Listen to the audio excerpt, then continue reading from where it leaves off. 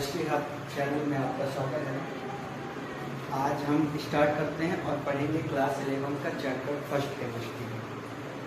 आप लोग ध्यान से देखेंगे और ध्यान से पढ़ेंगे और ध्यान से समझेंगे फर्स्ट चैप्टर में हमको क्या पढ़ना है।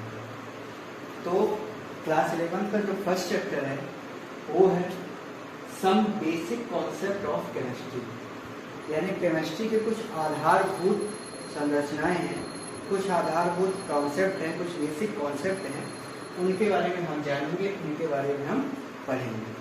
तो हम इस चैप्टर को प्रारंभ करने से पहले कुछ चीज़ें जान लेते हैं कि इस चैप्टर में हमको क्या क्या पढ़ना है और उसके बारे में फिर आगे हम चैप्टर में डिस्कस करेंगे। तो आइए जानते हैं कि इस चैप्टर में हमको क्या क्या पढ़ना है। तो इस चैप्टर में हम केमिस्ट्री का, रसायन शास्त्र का सामान्य परिचय पढ़ेंगे, पदार्थ की प्रकृति के बारे में पढ़ेंगे कि पदार्थ की कैसी प्रकृति होती है, रासायनिक संयोग के नियम पढ़ेंगे, डाल्टन का परमाणुवाद सिद्धांत पढ़ेंगे, अणु और परमाणु की संकल्पना है उनके बारे में पढ़ेंगे, अणु भार और परमाणु भार क्या है उसके बारे में जानेंगे, मूल संकल्पना और मोलर मास क्या है उसके बारे में पढ़ेंगे, प्रतिशतता के बारे में हम पढ़ेंगे, रासायनिक अभिक्रिया क्या है और स्टाइकियोमेट्री क्या है। इन सारे टॉपिक्स के बारे में हम इस चैप्टर में पढ़ेंगे। सामान्य परिचय पूरी तरह से थ्योरी है कि केमिस्ट्री कहाँ से, केमिस्ट्री क्या है, केमिस्ट्री की कहाँ से आई, केमिस्ट्री वर्ड कहाँ से आया, रसायन शास्त्र का आविष्कार किस लैंग्वेज के वर्ड से हुआ, उन सारी चीज़ों के बारे में पूरी तरह से थ्योरेटिकल क्वेश्चन, थ्योरेटिकल पार्ट है, आप लोग इसको पढ़ सकते हैं। पदार्थ की प्रकृति आज तक आप लोगों ने क्लास 10 तक में पढ़ लिया कि पदार्थ क्या है, पदार्थ की प्रकृति क्या होती है। हम प्रारंभ करते हैं रासायनिक संयोग के नियम से। रासायनिक संयोग के नियम को पढ़ने से पूर्व हमको ये पता होना चाहिए कि कौन कौन से रासायनिक संयोग के नियम हैं। तो हमारे पास रासायनिक संयोग के 5 नियम हैं, जिसमें से पहला नियम जो है वो है द्रव्यमान संरक्षण या इसी को हम पदार्थ की अविनाशिता का नियम कहते हैं। दूसरा नियम है स्थिर या निश्चित अनुपात का नियम। तीसरा नियम है गुणित अनुपात का नियम। चौथा नियम है व्युत्क्रम अनुपात या तुल्य अनुपात का नियम। और 5वां नियम है गेल विषय का नियम। इन सारे नियमों के बारे में भी हम इस चैप्टर में, इस अध्याय में डिस्कस करेंगे और इन नियमों को हम जानेंगे कि ये नियम कहाँ पे हमारे डेली यूज के लाइफ में लागू होते हैं। तो आइए हम रासायनिक संयोग के नियम से प्रारंभ करते हैं इस अध्याय को। और जो हमारा पहला नियम है द्रव्यमान संरक्षण या पदार्थ की अविनाशिता का नियम, उसको पढ़ें। तो आइए जानते हैं, हम लोग पढ़ रहे थे द्रव्यमान संरक्षण का नियम या द्रव्य अविनाशिता का नियम, लेकिन उसके पहले एक इम्पॉर्टेंट टॉपिक है इसमें, वो जान लेते हैं एटॉमिक नंबर और एटॉमिक मास के बारे में, क्योंकि अन्य ये सारे नियम पढ़ने के पहले हमको इसके बारे में पता होना चाहिए। तो यहाँ पे कुछ परमाणु लिखे हुए हैं और उनका परमाणु क्रमांक और परमाणु भार दिया गया है। जैसे हाइड्रोजन का 1 परमाणु भार है और 1 ही एटॉमिक नंबर है, यानी परमाणु क्रमांक। कार्बन का 6 परमाणु क्रमांक है, 12 परमाणु भार है। नाइट्रोजन का 7 परमाणु क्रमांक है और 14 परमाणु भार है। ऑक्सीजन का 8 परमाणु क्रमांक है और 16 परमाणु भार है। तो इन कुछ एलिमेंट्स है, इन कुछ तत्व हैं, इनके परमाणु भार और परमाणु क्रमांक आप सभी को याद होने चाहिए। आसानी से याद किया जा सकता है। आप याद करेंगे कि हाइड्रोजन 11, कार्बन 6 12, नाइट्रोजन 7 14, ऑक्सीजन 8 16। इस बात का ध्यान रखें कि किसी भी परमाणु का परमाणु भार सदैव ऊपर की ओर लिखा होता है और परमाणु क्रमांक सदैव नीचे की ओर लिखा होता है। इसमें एक चीज और आती है मॉलिक्यूलर मास। मॉलिक्यूलर मास क्या होता है, इस चीज के बारे में थोड़ा सा हम डिस्कस करते हैं। मॉलिक्यूलर मास को हम कैपिटल एम से शो ऑफ करते हैं। किससे करेंगे? कैपिटल एम से। तो यहाँ पे capital M is equal to होता है परमाणु भारों का योगफल। इसी को हम लिख देते हैं m is equal sigma A. m is equal sigma A. For example हम एक उदाहरण के तौर पर चलते हैं कि CO2 का अणु भार क्या होगा। CO2 का अणु भार क्या होगा? तो CO2 का परमाणु भार प्लस 2 इंटू ऑक्सीजन का परमाणु भार। एक कार्बन है तो एक कार्बन का परमाणु भार क्या होता है? 12 होता है। तो 12 प्लस 2 ऑक्सीजन 2 इंटू एक ऑक्सीजन का परमाणु भार क्या होता है 16, तो ये हो जाएगा 16। तो अणु भार CO2 का m = 12 + 32 = 44, यानी जो CO2 का अणु भार है वो क्या होता है 44 होगा। तो इस पे आपको ध्यान रखना है कि एटॉमिक नंबर यानी परमाणु क्रमांक और परमाणु भार क्या है। तो सदैव किसी भी तत्व के ऊपर, किसी भी परमाणु के ऊपर का जो नंबर होता है वो भार होता है, और जो नीचे का नंबर होता है वो परमाणु क्रमांक होता है। कोई भी आपका परमाणु होगा, कोई भी आपका एलिमेंट्स होगा। अणु भार की हम बात कर रहे थे कि अणु भार क्या है, तो अणु भार को हम कैपिटल M से शो ऑफ करते हैं, और कैपिटल M बराबर होता है परमाणु भारों का योगफल। तो M = हम इसको सिग्मा A भी लिखते हैं। एग्जांपल के तौर पे हमें कार्बन डाइऑक्साइड का अणु भार क्या होगा उसका कैलकुलेशन करना है। तो M = कार्बन का अणु भार प्लस ऑक्सीजन का अणु भार। तो एक कार्बन का अणु भार 12 होता है और एक ऑक्सीजन का अणु भार 16 होता है। दोनों का ऐड करेंगे दोनों को अणु भार को तो 44 आएगा। इस तरह से हम अणु भार को भी निकाल लेते हैं। अब आगे हम चलते हैं द्रव्यमान संरक्षण का नियम। हम आगे पढ़ेंगे द्रव्यमान संरक्षण के नियम को, कि द्रव्यमान संरक्षण का नियम या द्रव्य अविनाशिता का नियम क्या है, इसके बारे में हम चर्चा करते हैं। ध्यान रखिएगा, आप आसानी से पढ़ेंगे, इजी वे में पढ़ेंगे और समझ के पढ़ेंगे तो केमिस्ट्री आपको बहुत ही इजी लगेगी। लेकिन यदि आप यह सोच के पढ़ेंगे कि केमिस्ट्री बहुत टफ है तो केमिस्ट्री आपको टफ लगेगी। इसलिए आसानी से समझिए, कोई दिक्कत नहीं है, कोई बहुत समस्या नहीं है, आसानी से आपको समझ में आएगी। तो हम पढ़ते हैं द्रव्य अविनाशिता का नियम। द्रव्यमान संरक्षण या द्रव्य अविनाशिता का नियम।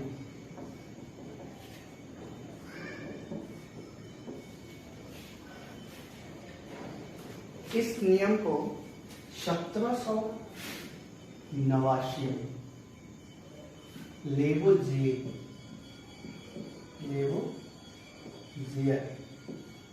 1789 में लेवोजियर ने दिया था। Thank you. इस नियम को सर्वप्रथम लेवोजियर ने 1789 में प्रतिपादित किया था, इसको दिया था। ये जो नियम है ये बहुत ही इजी नियम है, इसे आप बहुत ही आसानी से समझ सकते हैं।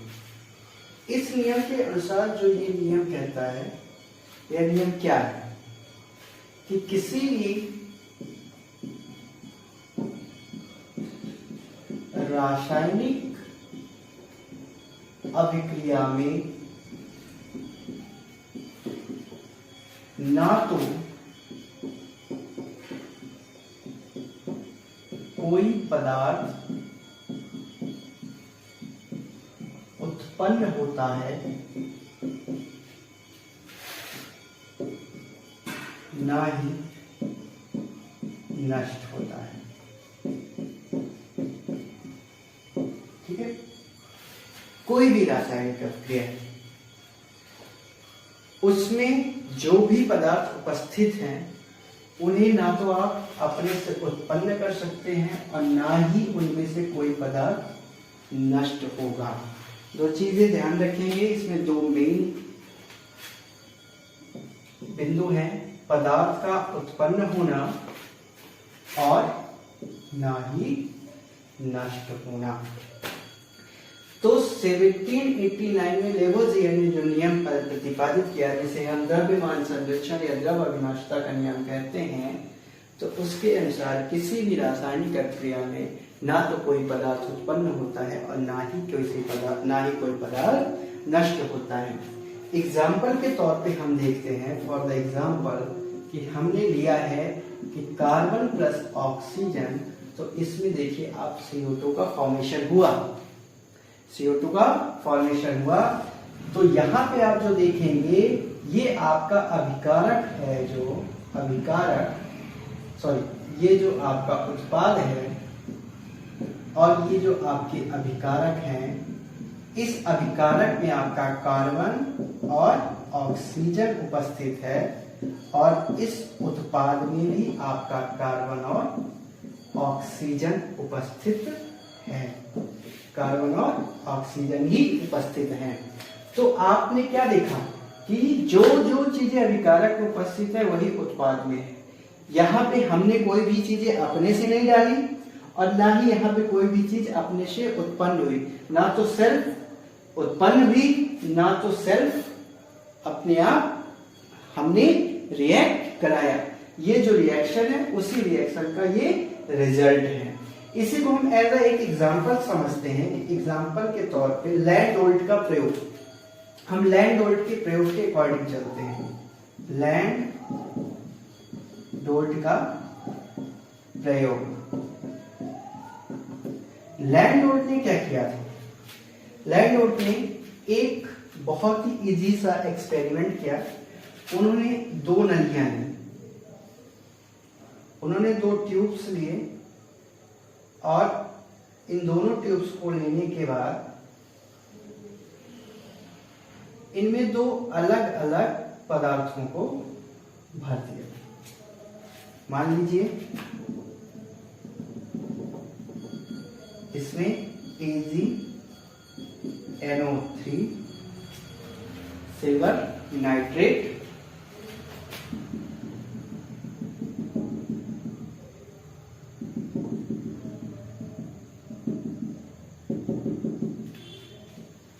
और इसमें HCl। ठीक है, लैंड ने एक प्रयोग किया। उन्होंने दो ट्यूब ली, एक ट्यूब में AgNO3 और दूसरी ट्यूब में HCl के सॉल्यूशन को फिल कर दिया। सॉल्यूशन के फिल करने के बाद उन्होंने इसका मेजरमेंट किया, इन दोनों ही ट्यूब्स का मेजरमेंट किया और मान लीजिए मेजरमेंट के फलस्वरूप इसका WA वेट था। क्या था? WA वेट था। इसका मास क्या था? WA था। ठीक है ना? किसके पहले? बिफोर रिएक्शन, किसी भी अभिक्रिया के पहले, किसी भी क्रिया के पहले इसका वजन क्या था? WA था। अब क्या किया उन्होंने कि इस नली को एक ट्यूब की हेल्प से उन्होंने ऐड कर दिया, जोड़ दिया। ये देखिए, उन्होंने इस नली के एक ट्यूब की हेल्प से क्या कर दिया? ऐड किया और ऐड करने के बाद इस नली को पलट दिया और ऐसे पलटा कि ये दोनों ही सॉल्यूशन एक दूसरे से क्या हो जाए? मिल जाए। जब ये दोनों ही सॉल्यूशन एक दूसरे से मिले तो ये जो AgNO3 है, AgNO3 इसने HCl से रिएक्ट किया और जब ये दोनों रिएक्ट कर रहे हैं तो क्या बन गया? ये AgCl प्लस HNO3। ये जब पूरी क्रिया कंप्लीट हो गई, ठीक है ना? ये कैसी हुई? Before after reaction. ठीक है, ये क्रिया के बाद है। और जब आफ्टर रिएक्शन इन्होंने वेट किया, पुनः फिर से रिएक्शन के बाद उन्होंने वेट किया तो पाया कि इसका वेट, इसी नली का वेट, इस ट्यूब का वेट, इस पूरे डायग्राम में जो भी चीजें हैं, इस पूरे उपकरण का वेट WB है। और जब उन्होंने WA और WB दोनों का मेजरमेंट किया तो देखा कि जो वेट WA का है वही वेट WB का है।